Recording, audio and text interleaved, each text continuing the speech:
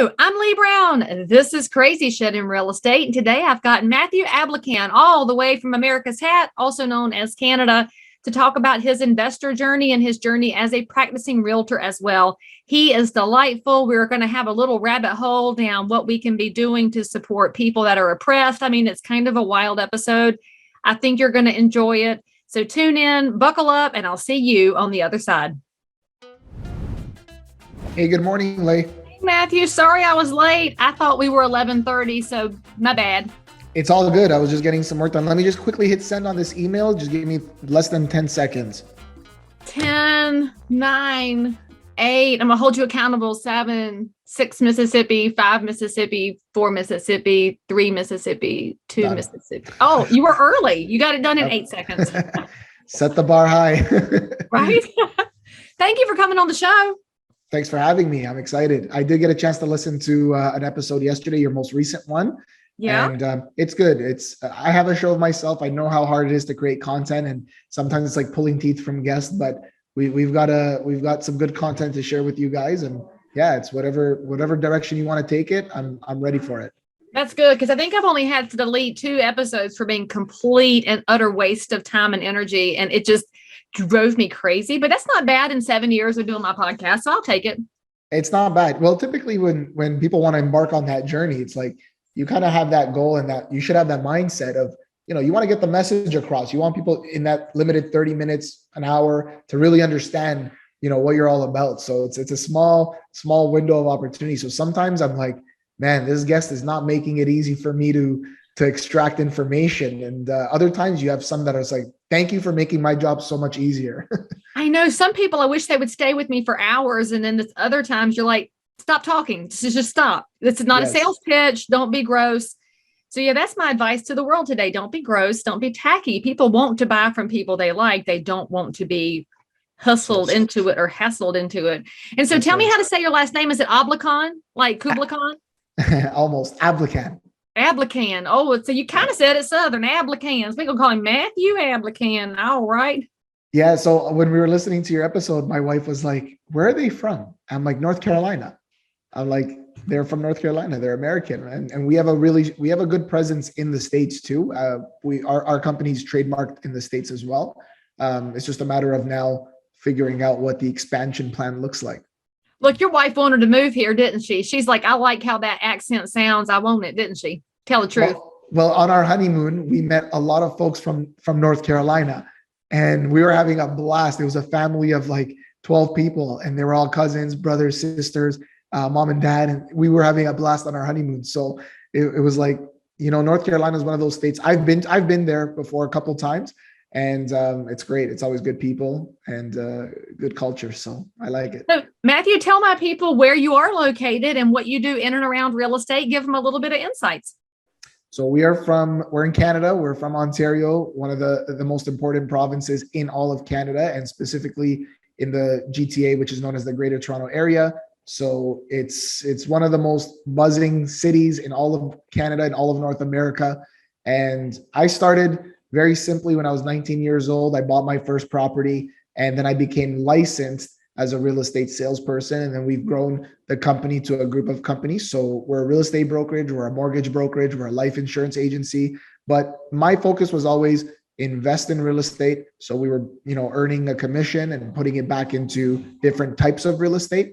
And we don't come from any family background where there's money, where they're in this business. My parents both came from the Middle East to Canada from the same place, but they escaped for different reasons pertaining to like persecution and things like that.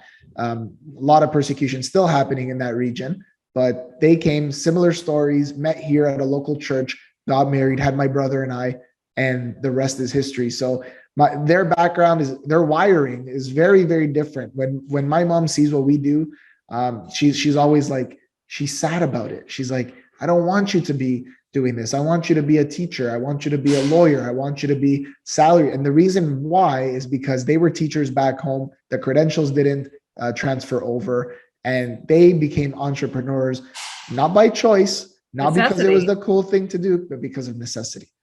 That's interesting, because you seldom hear about people that are entrepreneurs by necessity. Usually it's that dream pathway, but your mom really wanted you to have what she could no longer deliver. And that's pretty emotional. So for all the people in Alberta and Saskatchewan that were about to leave snotty comments about how you're the best province in Canada, now you have to be nice, because now there's an emotional story here.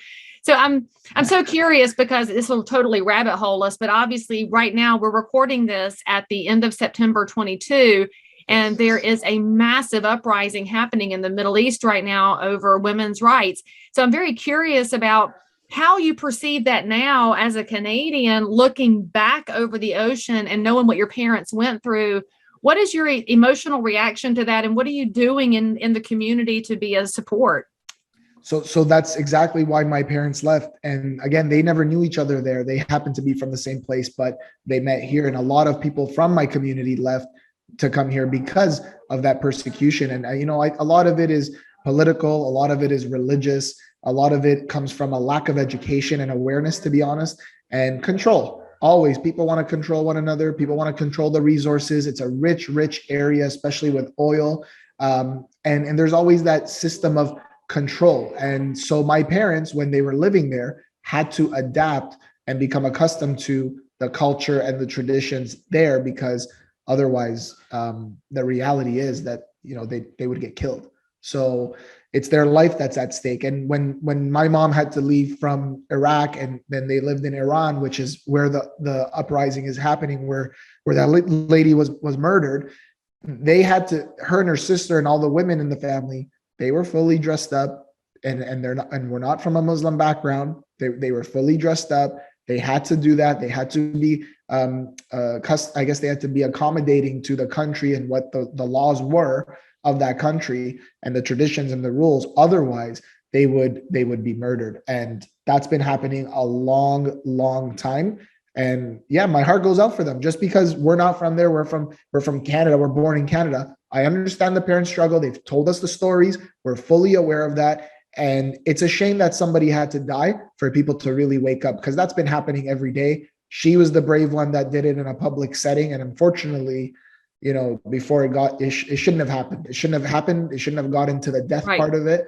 But, you know, maybe that's what it took. And now I heard Saudi Arabia just changed that rule, and they're coming around. They're coming around. So it's unfortunate she's not here, but she's one of the pioneers that paved the way for the women. Yep, becomes a legacy. And it's so funny because our young people today, they have concocted this set of first world problems that is not a problem when you look at a real struggle like we're currently watching in real time, but also the lack of contextual history behind it. So many people don't realize this is the same struggle that's been going on for literally thousands of years. And it's not a reason to let it continue being an oppressive society, but there's an opportunity to support and uplift. So if you're one of my younger listeners or viewers, get out of your blinders in your bubble and pay attention to the bigger world, and also start thinking about how you can be a voice for somebody else when they need you to be their voice. Because that's frankly what we do in real estate every day. We are somebody's voice when it comes to their piece of their home ownership dream, their business ownership dream, their financial stability of the future through investing. So when you are somebody's voice, you are in that entrepreneurial space. So let's talk about, we'll come back now because I had to rabbit hole because it's top of mind right now. And frankly, I think it really does shine a light on how fortunate we are where we live to have the freedoms we have, that people like to make up problems, and we shouldn't be making up problems. We should have more gratitude. And so when you're in that entrepreneurial space, you kind of have to live by gratitude, because you're going to have seasons of plenty and you're going to have seasons of want. So what drew you into an entrepreneurial space, knowing that there were other stable pathways? What was it about real estate that sucked you in at the first? So there was a few influences in my life, and one of them, my mom would always force me to work. Like, I started my first job at 14 years old. I love your mom. She's my favorite. Me too. She really is. And she ended up forcing me to go to work, not to pay her own bills, but to just build those disciplines and those habits in my life, right? And so I was working, I was making money. I started getting access because of where I was working. There were other businesses in the area. I started getting access to some of their products and some of the things that they had. And so in high school, I would have 2 lockers, and I would have like backpacks, and I would have hair straighteners, and I would have dog tags, and I would have like all kinds of things that I could sell. And I was always making money. And that was something that I really enjoyed. So when I got into university, I started becoming like a waiter and a bartender at two different places, American companies, actually. Johnny Rockets. I don't know if you guys have them in North Carolina. We have them in South Carolina, down in Myrtle Beach, are the Johnny Rockets. Yeah. So I was waiting tables there. I was waiting tables and bartending at Lucky Strikes. It's a bowling alley, pool, bar area type of thing. And that was always great for me because I was getting a paycheck and then I was getting tips. So it was kind of like the side hustle sort of thing. Yeah, sure is. Yeah. So when I was in high school, there was a teacher who was a real estate agent. He was a really bad teacher, and he was a real estate agent.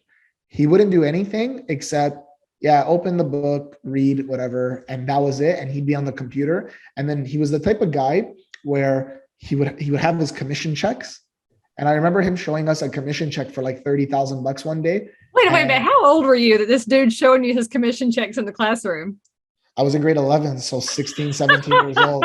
Yeah. 16, 17 years old. That's how we attract people into real estate. Tell me y'all's eyes didn't just bug out of your head. You're like, holy smokes, are you serious? Yeah, it was all the money in the world at the time. And I was like, man, this is great. And this guy's a teacher and he's earning this and he's earning that. Like that was unreal for me. So when I was 16, I bought my first mutual fund. I was invested at a bank called President's Choice, and we ended up just putting like $1,000 into mutual funds, $2,000, and then I had a high interest, quote unquote, savings account with them. It was at 1%, and that's like rolling in money. That's huge, right? And it wasn't sufficient really to pay for anything. But as I got into university, like I had to pay my own tuition.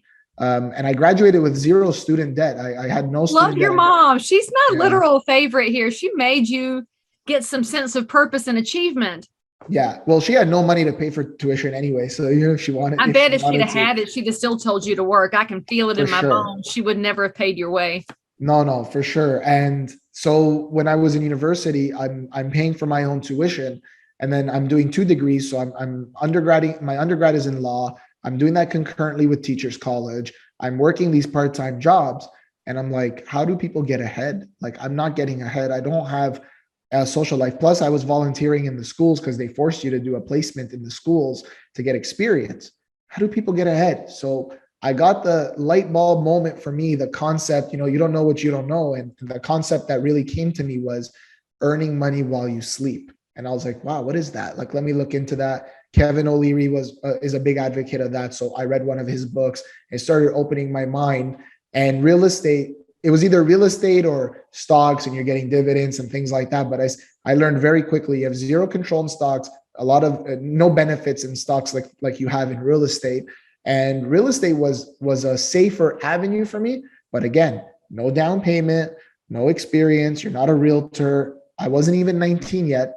I was 17 at the time, 18 at the time when I was like starting to learn this stuff. Yeah. And so one of the things we have here that I don't know if you guys have in North Carolina, but a lot of other states, whenever I'm speaking on somebody's show, they tell us they don't have this.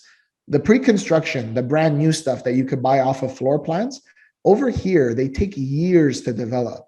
So if somebody has a parcel of land, and it might take them 5 to 10 years just to go through the process with our cities and our province to get approvals. And then once they get approvals, they have to go to sell the product. And then once they sell the product, a certain amount, they could get financing for it. Once they get the financing, they can start construction. So if you buy, my first property was a condominium in our area that we live in today. And I was 19, I bought it from the floor plans. It's a 4-story building, and it took 4 years to construct. So the one thing like that in San Francisco is about that bad. Most of the states, it's not quite that bad, but similar to what you're talking about, the problem is the government overreach. It's all these provincial and local government bodies that want every permit and zoning because they are skimming fees every which way they can. So if you ever, viewers and listeners, if you ever wonder why this stuff takes so long and why stuff is more expensive than it should be, pay attention to the government officials because they are adding on fee after fee after fee, and it gets passed through to the buyer no matter which way you put it. But it also incrementally changes the time frame, and that impacts somebody's ability to have somewhere to live, to build their wealth, to really be able to get their financing in place so they can move on. So it's not the fault of the developers, is the long story short there. So I'm glad you pointed that out. But you Canadians, y'all need to vote a little differently next time. I'm just going to, as my outsider busybody self says. It's tough here. It's tough. And our politics is very, very different. So the majority of people did vote differently last time. Unfortunately, the way our politics work, it doesn't mean always that party wins. And it's a very weird system. And unfortunately, I mean, we're seeing the tide changing in real time, even in the States. It's got to move faster though, because it's got to move faster. Yeah. A lot of these things they're doing, they're talking about climate change. They're talking about the war. They're talking about all these different things that don't have to do. It's a shell game, man. It's a shell game. Take our eye off the ball and make us fight with each other so that we can't do things that make our families stronger and build our relationships and communities. Yeah. And I'll give you one more example about the municipality thing, because I work with a lot of builders and developers now at Millennial's Choice. So I've gotten a lot of experience over the last 10 years working with them. The city of Toronto just almost doubled their development charges. So they're talking about affordable housing, yet to get those building permits, there's these charges, and the builders are contributing to parks and schools and other things. That charge gets passed down to the buyer. It doesn't, right, because the developer can't eat it. If you don't make a profit, you can't stay in business, but they're going to blame them and their little talking points. It's so aggravating. Exactly. So, there's always the big bad builder. They're in the news. I do a lot of Instagram reels where we talk about different kind of news articles, and a lot of it is clickbait, and a lot of it is just getting people to want to, they want your attention, right? So they're going to say anything just to get that attention. The reality is, and I want your listeners to really understand this, a lot of people, they hear this and they get upset at me and they think I'm born with a silver spoon and all that stuff, but I welcome them to shadow me for a day or two. It's on you guys to figure out your life and get to where you want to be. It's up to you. We just moved into our dream home, my wife and I, and over here, homes like single family, like 3,000 square feet, nothing major. They're $2 million. Like, they're not cheap. Like, we have a very big problem here in Ontario. All I did to get into that was my second investment that I bought was a townhouse in a major city here. And I flipped it now 7 years later. I flipped it, took all the equity out of there, put it into the home, and we're comfortable. That's all I did. That I never thought when I bought that second townhouse, though, that's where it would lead. So these are things that people need to just kind of be a little bit more patient. They need to kind of adapt and adjust their, I don't want to use the word compromise, but just adjust. Yeah, but it's okay to say that. Maybe you're not going to get the Taj Mahal right out of the gate. And you're actually preaching that David Goggins, who is my total leadership crush, where he's like, it's hard. It's really hard work. And you're going to have to suck it up, and you're going to have some patience. But what you're talking about is not even sexy investing. It's not scary investing. It's a townhouse. So did you have a tenant in that townhouse? And then over time, the equity went up and the rents were paying the mortgage? So what happened was my mentor at the time, so I bought my first property, and then a couple months later, I became licensed as a realtor. So the brokerage that I joined. Welcome to real estate, right? That's right. And my whole philosophy was whatever I earn, I'm just going to invest into real estate. And my mentor at the time, which was the owner of the company, would say, just buy one property a year. And if you just buy one property a year, you'll be set. So I'm 19 at the time, and I'm buying that one condo, and then I bought this townhouse right after. And I started only buying the pre-construction, the brand new stuff. And the reason being is because you don't need the down payment and you don't need a mortgage. So it takes years to construct. So I figured by the time that I'd get to that point, by the time the construction's done, I'll have a couple of years under my belt in real estate. I'll easily get the mortgage. So, which is what happened. So I took a chance. I took a big risk. Looking back at it now, had I known everything that I know now, I probably would not have taken that risk. So, but I was ignorant, and sometimes that's bliss, and I did it anyway. And yes, I by the time closing came around, a couple of years later, it was actually worth a little bit more. That's how I graduated from York University without any student debt. I refinanced the condo, paid off my student loan. And That's awesome. that's how I did it. So every year the values kept going up, but interestingly enough, every year the rents went up too. So this was a new concept. I started renting that townhouse out for $1,675 a month plus utilities. Second year went up to $1,800, and then the third year that tenant left and it was going for $2,500. I stabilized it at $2,500 for the rest of the term, for the rest of the time that I had it. And I bought it for $390,000 back in 2014. Sold it February of 2022 for $990,000, almost $600K profit. So just a caveat here, girl, real estate markets don't always go up. And so you can't always count on the future equity. But the thing about real estate that you got to hear Matthew saying here is that regardless of what happened to the price of that unit, the rents move. And we know that there's always a need for housing. So if you're new to investing, or if you just need a reset on investing, or right now we're recording this, the markets are very volatile and making a lot of people really nervous. People still have to live somewhere. And so when you own rental properties, you might have to adjust, but usually it's not a long way down because people have to have somewhere to go. And there's a limited number of rooftops.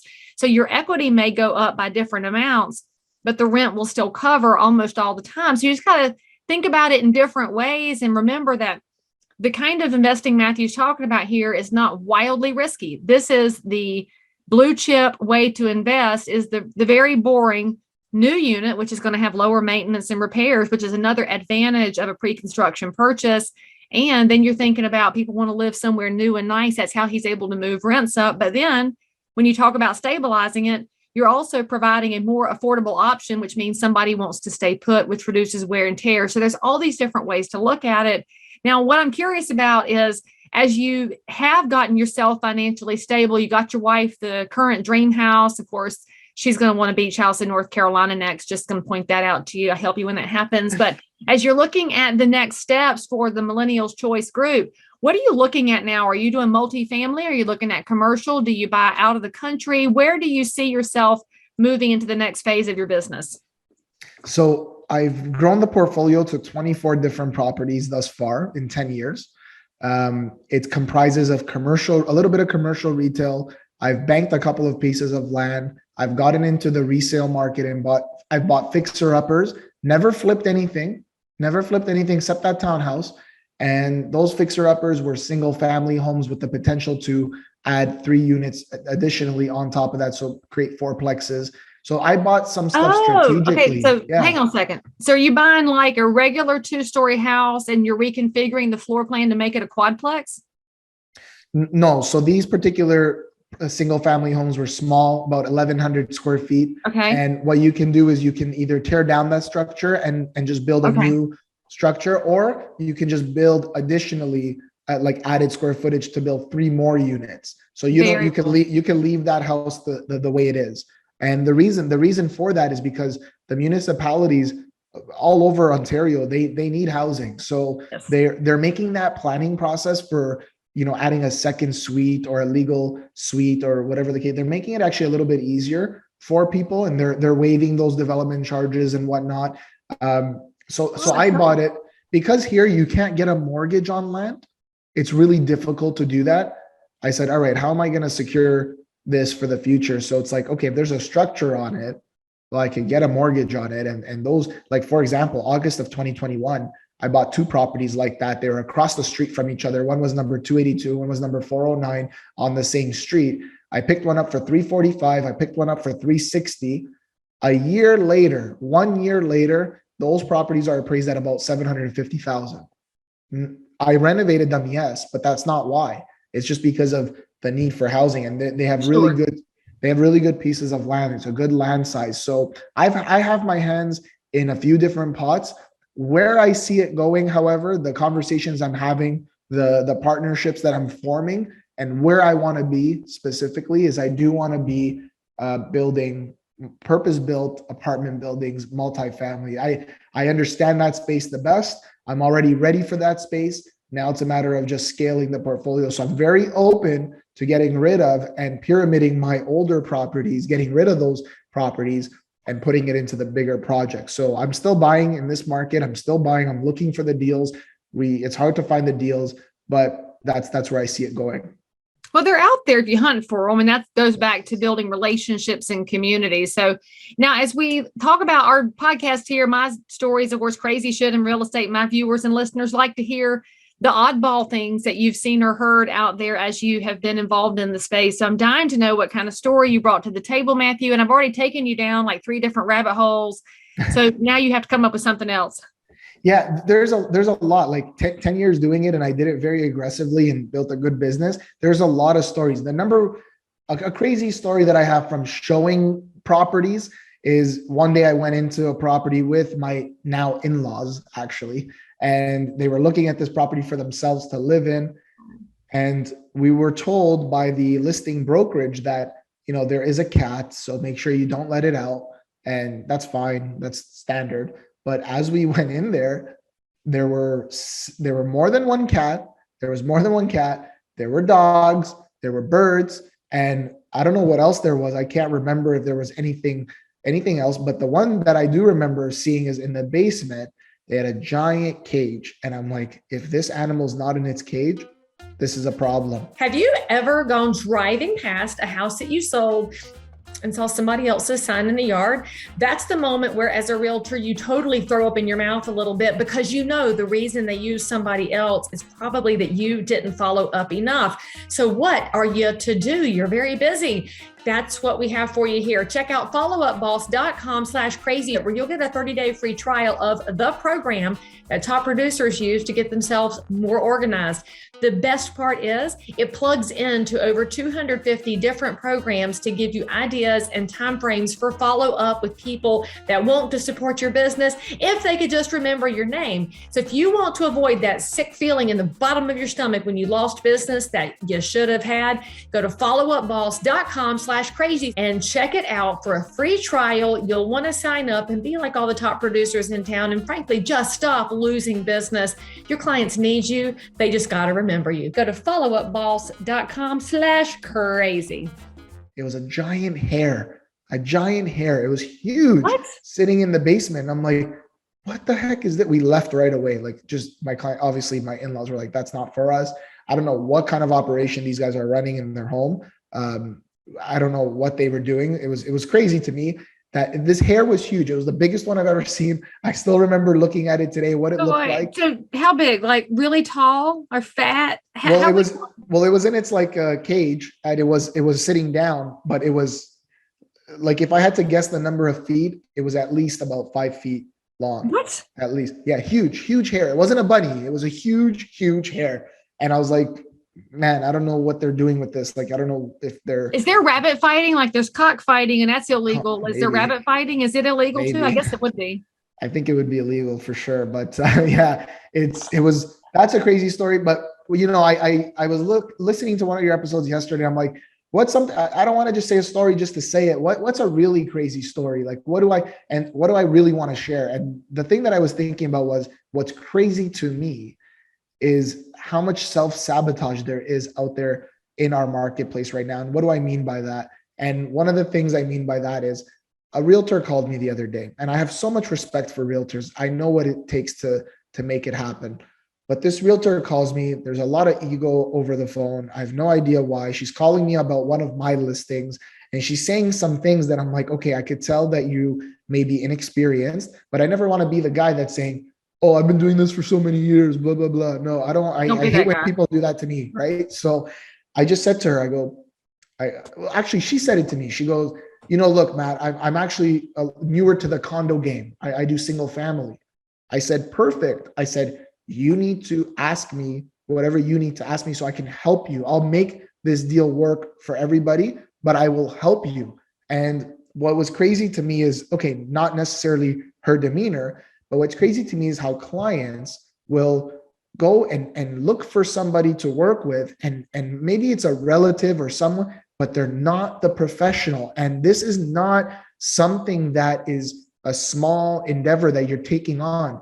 That condo might be the only one you ever buy, or it might be the most important one that you buy because it gets the momentum going. You start building a legacy. You need to surround yourself with the right people. A second story similar to that just happened.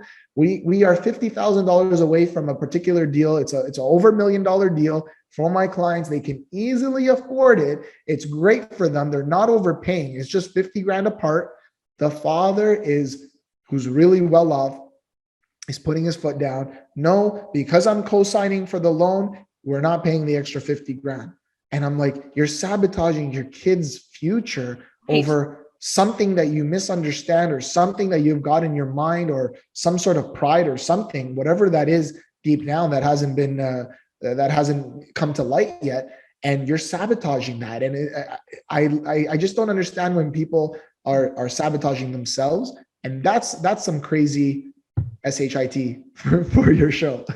Or as they say in South Carolina, some sugar honey iced tea. That's how you say that in an acronym, sugar honey iced tea. But I'm glad you mentioned that, because how many people that you and I have talked to in 2022 or in 2021 who wish they'd done something in 2020 or 2019, but whether it's pride or stubbornness or just this idea that something's not right, that they are this close, they never take the leap, and now look back and say, dang, I could have had a lower price, a better interest rate, but you'd also be 2 years further along in ownership and in building that next step if you just take the leap of faith. Because sometimes it's the leap of faith, and that it requires saying, all right, maybe you are overpaying by 50,000, but in the real estate space, if you overpay by 50, all right, so sit tight for a couple of years, you give it a minute, things do smooth out over the long haul. Sometimes you just have to move forward. And but you know what? The thing that's nice about that one realtor is she gave you the chance to help by saying, I'm a little lost here. And so the consumer public, if you pick that family member who's clueless, go ahead and tell them to please tell those of us that are seasoned that they don't know. We are not going to hurt them. We are going to help make them better, because that's better for everybody involved. And I'm with you. I would so much rather that person than the arrogant one that says, I've been doing this for 40 years and I know everything. Nobody knows everything. That's right. That's right. And you know what? It's one of those things where collaboration is so important in our business, and it happens more than people think.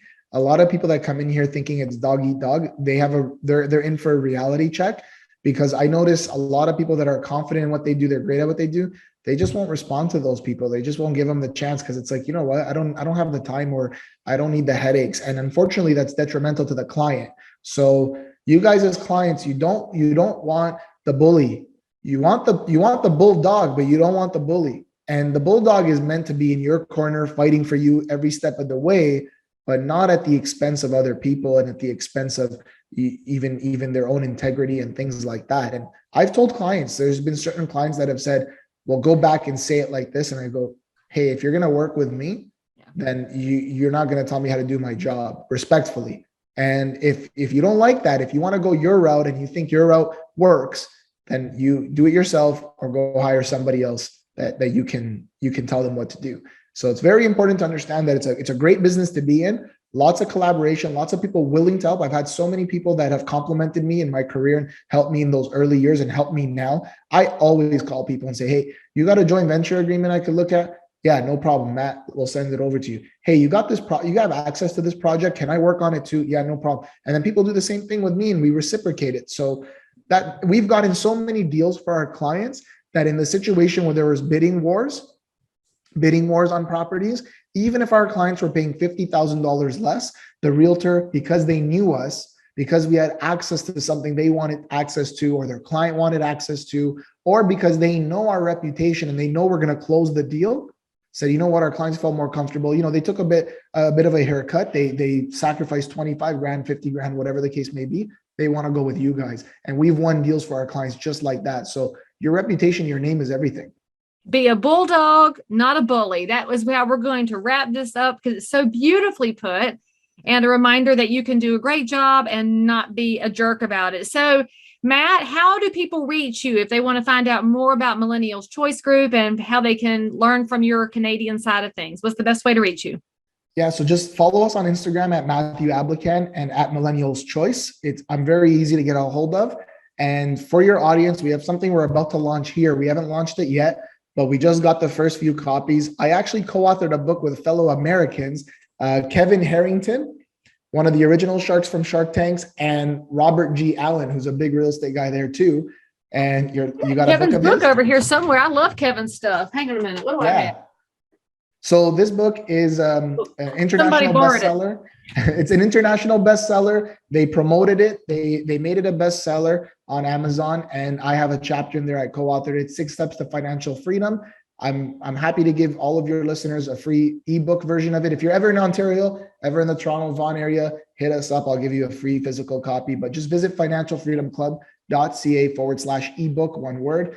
And I'll share the link with you so that you could share it, I guess, in your show notes. Thank you. That is such a nice gift. Now you tell Trudeau to fix the border policy so that people like me can get back in and out of your country, because I haven't been welcome now for a little while. So fix that for me. You know what? A lot of us aren't even welcome here either, and we're from here. So it's something that needs to stop being politicized. I think we need to remember who we are. And I say we because it's North America. And bring back the love. Bring back the love, bring back the idea. Like, listen, we're human beings. We bleed the same way. You know, all of our insides are the same. And at the end of the day, whether it's real estate, whether it's, you're a doctor, whether it's whatever, you have to find that common ground. It's okay to have opposing views. That's how we grow, and we have conversations, and we grow and we learn from each other and all that stuff. But stop politicizing it. Stop creating that division and creating that conflict and all that. Look, you think one way. Let me find a microphone I can drop from Matt Ablakan. Boom. Seriously. It's been a problem here in Canada, but things are changing. So hopefully it doesn't stay this way too long. Hey, it's people like us who fix it because we're bulldogs, not bullies. That's right. Matt Ablakan, thank you for coming on the show. Hey, friends, if you learned something, or frankly, if you just feel inspired in one of the 1,000 directions we just took you in over the last 30 minutes, leave him a wonderful comment below, give a thumbs up, and all of his contact information and handles are, of course, in the show notes for the episode. For those of y'all that are nowhere near a computer and can't save it, but totally want to be his friend, go follow friend and learn from him, because he is willing to share. And Matt, thank you so much for coming on the show. I appreciate you dropping all this knowledge, including a free chapter from your ebook. So excited to read that myself. And I look forward to seeing you someday on the Canadian side when I come see my Canucks. Thank you. Looking forward to it. Thanks for having me. All right, guys, we'll see you around. Make sure that you click the button and we'll see you. So if you found value in this episode, please like and subscribe to this channel, turn on the bell, and catch another amazing episode by clicking above. Crazy Shit in Real Estate is also available in all of your normal podcast apps. So if that's where you like to hang out, go find me, click subscribe, and most importantly, leave me a review that says you think I'm awesome, my guests are awesome, or this content is just exactly what you were looking for. And then, by the way, if there's something you need, you want to learn about something, you can comment below anytime. You can also send me a direct message if you need to remain anonymous. No judgment. But anyway, I'll only judge if you forget to subscribe and click. I'll see you next time.